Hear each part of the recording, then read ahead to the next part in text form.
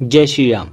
पर्वत योग का निर्माण कुंडली में किस प्रकार से होता है और शास्त्रों में इसके क्या फल बताए गए हैं तथा किन परिस्थितियों में यह योग भंग भी हो सकता है, आज हम इस वीडियो में जानेंगे। दोस्तों, जब भी किसी भी व्यक्ति की कुंडली में यह योग का निर्माण होता है तो वह धनवान होता है। निश्चित रूप से आर्थिक संपन्नता रहती है, सुख समृद्धि घर परिवार में देखने को मिलती है।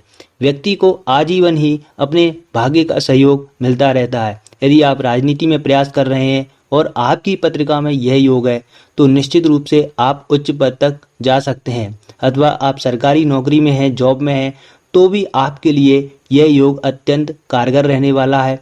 यहाँ पर व्यक्ति के मन में भावना होती है कि वह दूसरों की सहायता करे, परोपकार करे, और यह परोपकार और सहायता व्यक्ति ऊंचे पद पर यानी कि एक अथॉरिटी लेवल पर जाकर के करना चाहते हैं, और उसके लिए यह एक सुंदर योग के रूप में जाना जाता है। यानी बड़े बड़े जो राजनेता हुए हैं, प्रसिद्ध लोग हैं, जो सरकार में हैं, समाज में हैं, या फिर चाहे नीचे के स्तर के भी लोग हैं। राजनीति में ऊंचे स्तर भी होता है और निचला स्तर भी होता है, जहाँ पर हम देखते हैं कि जो नगर पालिका है, नगर निगम है, इस प्रकार के पद होते हैं। वहाँ पर भी जाकर के व्यक्ति दूसरों की सहायता करते हैं, तो इस योग का महत्वपूर्ण योगदान देखा जाता है। अब बात करें कि इस योग का निर्माण किस प्रकार से होता है कुंडली में। दोस्तों, इसके मुख्य रूप से 3 प्रकार बताए गए हैं कि 3 प्रकार से इस योग का निर्माण हमारी पत्रिका में हो सकता है। सबसे पहला प्रकार है जब आपकी कुंडली में लग्नेश उच्च राशि का हो, अथवा मूल त्रिकोण राशि में हो, अथवा स्व राशि में होकर के केंद्र अथवा त्रिकोण भाव में स्थित हो जाए, तो इस योग का निर्माण होता है। अब यहाँ पर ध्यान रखने वाली बात यह है कि इस लग्नेश पर पाप प्रभाव नहीं होना चाहिए, शत्रु ग्रहों का प्रभाव नहीं होना चाहिए, 6, 8, 12 भाव में यह युति नहीं होना चाहिए। यह तो हमने पहले ही कंडीशन डाल दी कि यह केंद्र या त्रिकोण भाव में होना चाहिए। यानी कि यहाँ पर जितना ज़्यादा लग्नेश बली होगा उतना ही ये अच्छा फल देगा। अब अगले प्रकार की बात करें, लग्नेश यानी कि पहले भाव का स्वामी और द्वादशेश अर्थात 12वें भाव का स्वामी एक दूसरे से केंद्र में स्थित हों और पाप प्रभाव से मुक्त हों।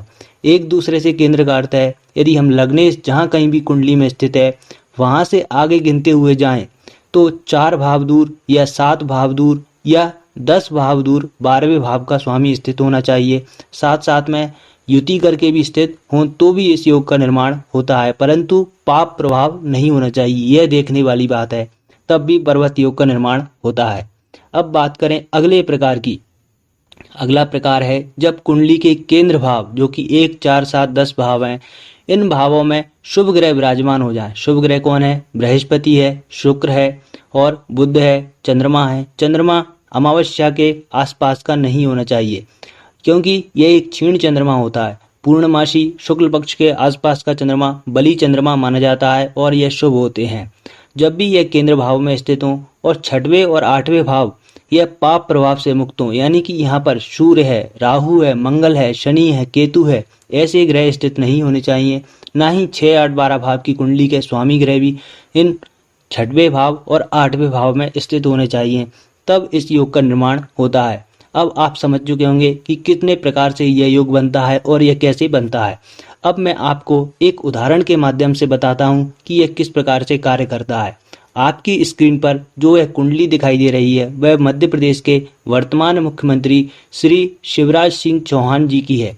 यहाँ पर आप देखेंगे जो लग्न का स्वामी ग्रह है वह शुक्र है, वह 11वें भाव में उच्च राशि का स्थित है, और साथ साथ में 5वें भाव यानी कि एक और त्रिकोण भाव के स्वामी बुध के साथ में स्थित है। शुक्र उच्च का है और बुध के साथ में लक्ष्मी नारायण योग बना रहा है।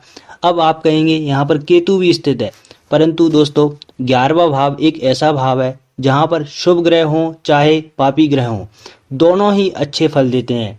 और आप सभी जानते हैं कि ये कितने लंबे समय से, लंबी अवधि से मध्य प्रदेश सरकार के मुखिया बने हुए हैं, और साथ साथ में काफ़ी इनको भाग्य का सहयोग भी प्राप्त हुआ है। हालांकि कुंडली के और अन्य योग भी हैं जो इनको इतने उच्च पद तक लेकर के गए, लेकिन पर्वत योग एक अपने आप में सहायक की भूमिका निभा रहा है। पर्वत योग जिस किसी भी व्यक्ति की कुंडली में होता है वह पर्वत के समान अपने जो प्रभाव है उसको छोड़ता है, और कहीं ना कहीं उसके समाज में मान सम्मान में, प्रतिष्ठा में वृद्धि करवाता ही है। तो उम्मीद करता हूं दोस्तों आपको मेरा यह वीडियो अच्छा लगा होगा। ज्योतिष संबंधी अन्य सामग्री के लिए आप चैनल पर विजिट कर सकते हैं और अपने बारे में जानने के लिए स्क्रीन पर दिए हुए व्हाट्सएप नंबर पर मुझसे संपर्क कर सकते हैं। मैं आपकी समस्याओं का निदान करने का प्रयास करूंगा। फिर मिलते हैं हम एक और अन्य वीडियो में, तब तक के लिए स्वस्थ रहिए, मस्त रहिए। जय श्री राम।